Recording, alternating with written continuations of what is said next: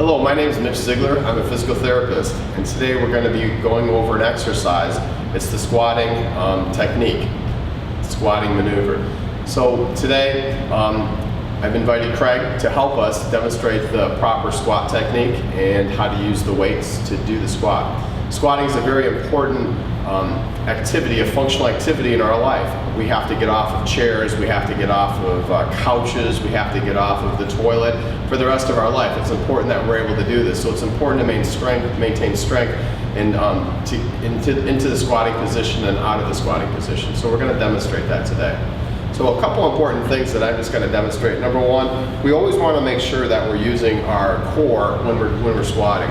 And what that looks like is you want to pull your stomach in when you do any activity like squatting, bending over, those type of things. It's important to pull your belly in because what that does is it activates the muscles of your core and it creates this natural weightlifting belt, God's weightlifting belt that He's given you. So we want to activate that belt. Okay. And another thing is we want to make sure we move slowly in and out of the squat, and Craig will demonstrate that and I'll have him do that. So I think we're just going to go and we're going to start the technique and I'll explain as we go. So go ahead. Craig's going to go back and we're going to use the straight bar, and he's going to put it on his trapezius muscle and not rest it on his neck. That's the important thing. He's just going to slowly lift out of this and step forward, and a lot of times we'll have safety racks on the side, but we've removed those just to demonstrate this exercise today, but a lot of times you'll use that at home.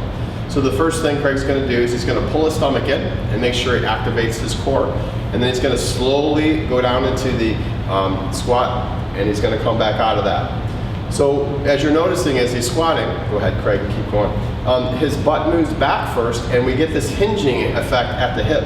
That's important. So he's not coming up on his toes, he's keeping all the weight through his whole foot. So his hip goes back, he hinges at the hip, he comes up. He goes down to about a 90-degree angle, or 90-degree or parallel to the floor, 90-degree angle at the knee, and he comes back up. Perfect. And the whole time you want to make sure, and Craig's doing a great job of pulling your stomach in and making sure it's pulled in the whole time.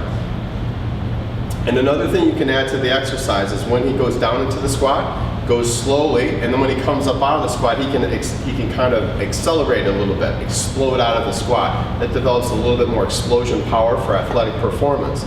So if you go down slowly into the squat, works a little bit more eccentrically, the muscle groups, and then when you come out of the squat position and you explode out of the squat position, it works them a little more concentrically. It's a little more athletic movement. It's a good thing to do. And so next I'm going to have Craig demonstrate how to do the squat. It's the forward squat, moving the weight to the front. So he just positions his arms in a cross fashion like he's doing now, and he's going to put the straight bar on his deltoid muscles and lift them, and he lifts the weight up, steps forward, and he does the same thing. He pulls his stomach in to create the core stability.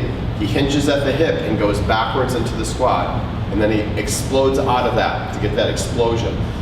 One of the reasons for doing a forward type of squat or putting the weight on the deltoids is because it works the quadriceps a little bit more. It puts a little bit more anterior weight, which then the quadriceps have to work harder to do. All of the other mechanics are the same. Muscular, eccentric, concentric control is the same. Everything else is the same. Great thing for him once you can rack that way. Another thing you can do is you can also use dumbbells. So he's going to do the same thing. He's going to pull his belly in. He's going to reach over, grab the dumbbells. He's going to make sure he pulls his stomach in. And he's going to go down into a squat, hinging at the hip, going back with the butt, and then coming straight up, exploding onto that. So you can do the same thing with dumbbells. Perfect, and you can go ahead and put that down if you can demonstrate with a single dumbbell.